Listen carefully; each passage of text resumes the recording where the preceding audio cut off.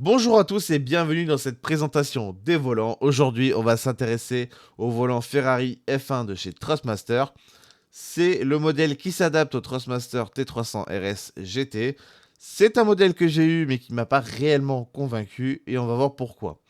Comme d'habitude, on va noter le volant sur l'esthétisme, la fonctionnalité et la prise en main. Le volant est sorti en 2011, mais on le retrouve encore au prix de 200 € sur le site de Trustmaster, ce qui est un petit peu honteux quand même quand on voit la qualité du volant. Ça peut se retrouver sur Amazon à 160, mais ça reste encore trop cher. What am I doing wrong?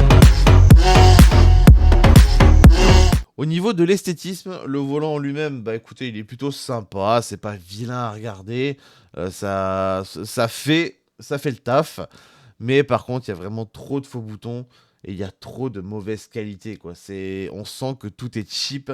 Les trois boutons du milieu en bas, t'as l'impression que si tu t'appuies trop fort, ça va claquer en deux. Donc pour tout ça, on lui met la note de 12 sur 20. What am I doing wrong? Au niveau des fonctionnalités, et c'est vraiment là pour moi le gros point noir, c'est qu'il y a deux vraies molettes seulement, et sur les 22 boutons présents, il n'y en a que 11 de vrais. Tout le reste, c'est du fake. Toutes les petites molettes au milieu, ça sert à rien, c'est des autocollants. Donc vraiment, ça, c'est... Non, c'est pas possible. Il n'y a pas d'écran dessus. Alors pour le prix, on peut se dire, bon, ouais, effectivement, il n'y a pas d'écran. Après, chez Fanatec, le McLaren GT3 à 200 €, il a un écran juste pour afficher les kilomètres-heure et le passage de vitesse. Donc, est-ce qu'on se dit, est-ce qu'ils n'auraient pas pu mettre ce volant un jour à un moment donné et essayer de faire quelque chose? Non, bon, toujours pas. Donc, pour l'instant, il a toujours la note, en tout cas, de 10 sur 20. What am I doing wrong? Au niveau de la prise en main, bah écoutez, par contre, c'est plutôt agréable si vous voulez rouler en GT3, en F1. C'est des volants qui sont faits pour ça, hein. Si tu veux faire du drift avec ça, c'est un peu plus compliqué.